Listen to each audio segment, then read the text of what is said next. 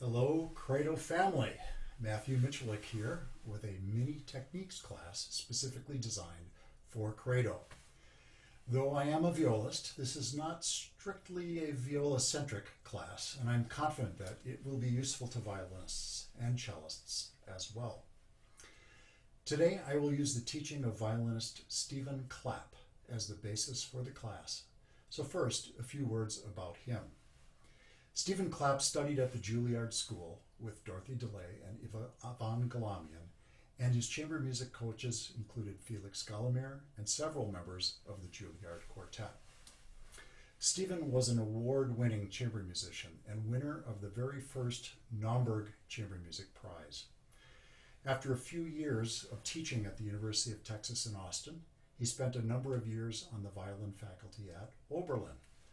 Then, beginning in 1987, he went to the Juilliard School of Music, first and foremost as violin faculty, and then from 1994 to 2007, he also served as the dean of the Juilliard School of Music.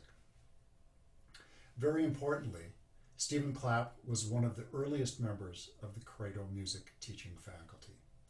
Though he passed away in January of 2014, many of us in the Credo family remember Stephen Clapp very well. He was a compassionate person, a great listener, truly interested in the spiritual growth of those around him. Stephen had a wonderful sense of humor, and he laughed a lot. Cool summer mornings at Credo always found him in his blue denim jacket, sitting near the front of Shove Chapel for our morning sing, and singing with gusto. He is greatly missed, and we are thankful to have had his presence at Credo for so many years. Now, many of you know that I serve on the faculty of the Lawrence University Conservatory of Music. In February of 2011, Stephen Clapp joined musicians of the Lawrence Conservatory String Department for a chamber music retreat and violin classes at our campus in the Wisconsin North Woods, right on Lake Michigan.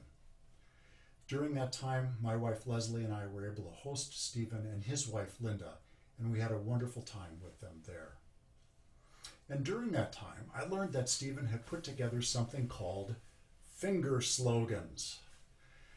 This brief guide with a funny name was intended to help his students make good interpretive and technical choices when preparing a piece of music. There are 53 of these slogans categorized into several sections. Tone color and musical taste are the first sections, reflecting Stephen's desire to always have musical considerations foremost in our thinking. The sections entitled When to Shift and Technical follow those, and finally there's a section entitled Fingerings for Sight Reading. The technical section of finger slogans is by far the most extensive, offering both simple principles and lots of specific advice as well. Some of these slogans reinforce or expand upon one another, so reading through the 53 slogans is not intended to be a step-by-step guide and definitely not a linear experience. From my conversations with Stephen, I know that he wanted these finger slogans to be freely shared, and they will be posted on the Credo website. Some of these slogans are basic and very briefly stated. Stephen Clapp did not typically waste words. Here are some of the slogans in the When to Shift category. Number 10, open string. Number 11, on rests. Number 12, with bow change. Number 13, on strong or downbeat. Number 14, same finger on a half step.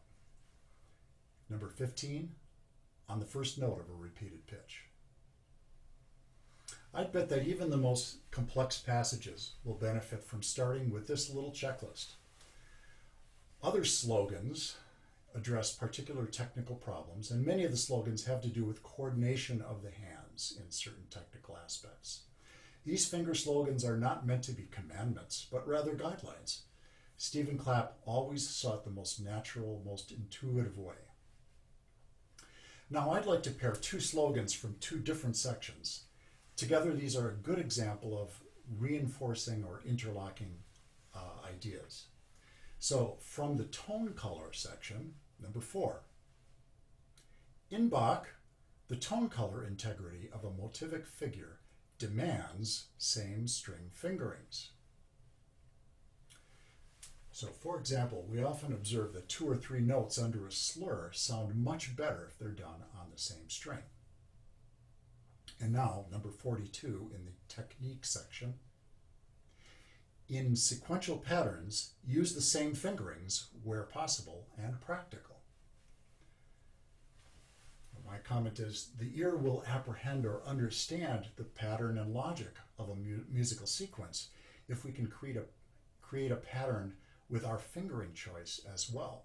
So I'd like to demonstrate the ideas in these 2 slogans, how they work together, using a passage of music very familiar to both cellists and violists.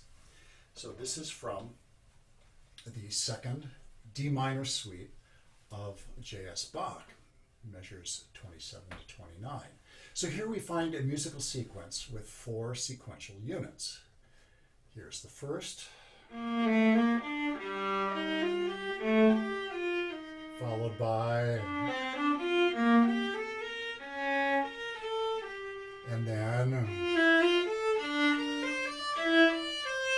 finally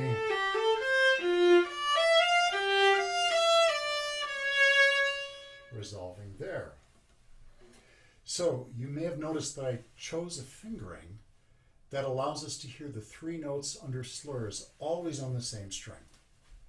Without these shifts, the pattern would sound chaotic and be very awkward to play. You can try for yourself all in first position, but I don't think you will be very happy with that. So the next one of the slogans that I'd like to talk about is one of my favorites. Use second position often. Avoid unnecessary shifts between first and third positions. Yes, it's so important to be comfortable in second position. Often using that even briefly opens up subtleties of expression and much greater technical ease. My advice, look for opportunities to use second position and invest in studies that feature that. You can find certain etudes by Jacob Dant, certainly Schrodiak, Sevchuk, and those Roland Vamos double stopping exercises often have a lot of second position that you can work through. So here's an example using several of the principles or slogans of Stephen Clapp, and this one will make the violinists in the crowd happy, I think. It's from the Giga movement of Bach's D minor partita. Of course, I will be playing it on the viola, and it will be in G minor. I think it sounds pretty well in G minor. Measures 16 through 19 illustrate how brief excursions to and from second position save us from breaking up motivic slurs. Remember slogan number 4? And it saves us from awkward shifts or string crossings.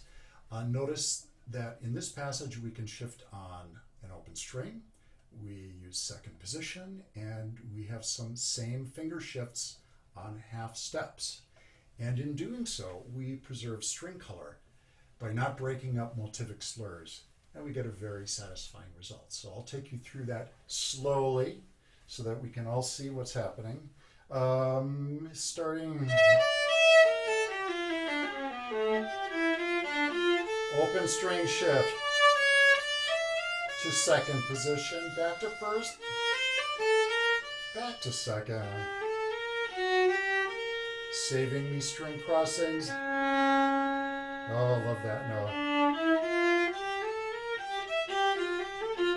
A little scoot back. Back up.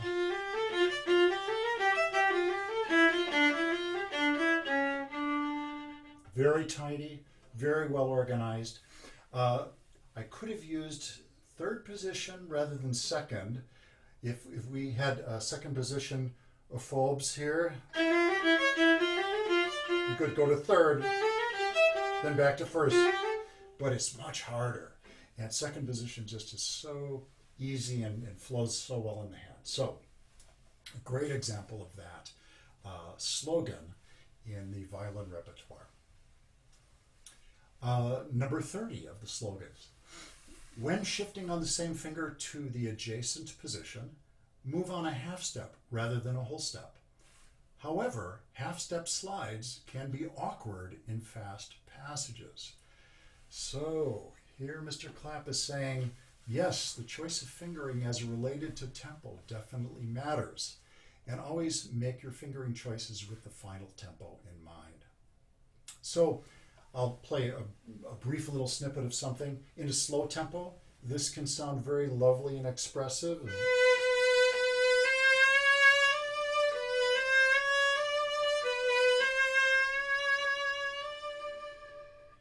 But very quickly, especially if I had to repeat, I would never do that. Consecutive fingers sound much, much cleaner. So, of course, you can amplify that idea in any number of ways.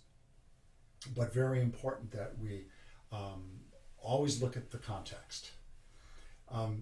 Remember also that although slow practicing is vitally important, remember that chunking is important as well. Chunking means taking small little chunks or bits of a passage, perhaps even just several notes, and playing them at that rapid destination tempo that you're aiming for, or even faster. Such practice will often reveal at a very early stage of your practicing or working on a piece the viability of any finger choice that you're looking to make. So the idea of taking tempo into account would be very true in these situations as well. Here's number 32 of the slogans. When playing a melodic tritone, parenthetically augmented fourth or diminished fifth, across strings, use different fingers. All right, so here's a very well-known example, well-known to cellists and violists for sure, from the C major suite of Bach, the Prelude.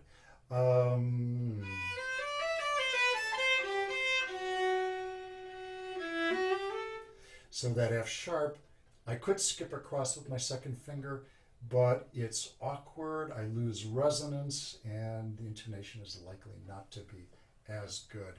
And if I have a really nice fast tempo, so much easier.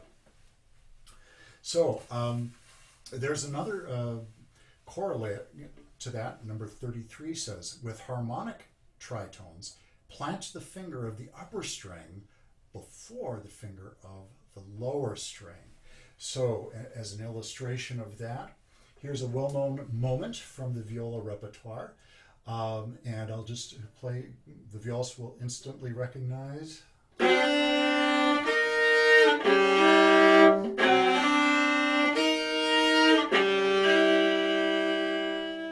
on we go. So at this spot, after the first, there's plenty of time at the beginning, of course, to find one's way, but here's a good example with the third finger down, the fourth finger for the tritone on the F sharp. And then we play our fifth, finding it again, third finger finds its way, fourth finger snugs up right with it. So that procedure is very, very helpful. Of course, ultimately, we want to think of tritones as units and practice dropping them right together. But in that first essay and that first organizational thinking, having that top string and the lower digit on the top string, organizing things and finding the way, pointing the way is really, really essential. I'd urge all of you to practice dropping fingers in the tritone formation in various places on your fingerboard so that they get used to working as a unit, that upper string note always as the guide. Another one, when fingering complex chords, this is number 43, determine which finger should be placed initially. Frequently, this will be the third finger. In chords, yes, building the hand frame on the finger playing the lowest string often makes sense, but not always. It depends on the voicing and especially how that chord is being approached from the previous formation or position. I don't have have time to give examples of that, but many works of more advanced repertoire will have problems of this nature that have to be solved, where you really need to think through which is your finger that's guiding the process around which the others are organized. And the last one I will discuss today is number 18, one of my favorites. The dependability of large upshifts is much enhanced by yawning. What? Here I love Stephen Clapp's humor and how that last word catches us by surprise. Yawning is, of course, a great way to release tension that we might be feeling in our playing. You can feel that from head to toe. Large shifts, of course, can provoke momentary anxiety. So when we release our body tension and allow all those balanced, secure repetitions that we've done, it gives us a lot of confidence. So if you have a shift that's giving you trouble, just do it while you're yawning a few times and see if that doesn't just help release all the... Oh, just a big one. Oh. So, those are a few of the 53 that we've talked about today. It sure has been sweet to remember Stephen Clapp. He was a spiritual giant, a wonderful violinist, a musician and teacher, and a humble servant to his students. And I love it when we can find that the ancient wisdom of Scripture might be applied very clearly to modern string playing techniques. Of course, the Psalms of the Bible are full of references to nature, to music, and instruments, and to people singing praises. For example, Psalm 98:8 says, "Let the rivers clap their hands. Let the mountains sing together for joy." And now, applied to us string players, and thinking about the finger slogans, Psalm 47:1 says, "Oh, clap your hands, all peoples. Shout to God with the voice of joy." Well, thanks for putting up with my humor, and please do access these finger slogans on the Credo site and share these ideas with your teacher.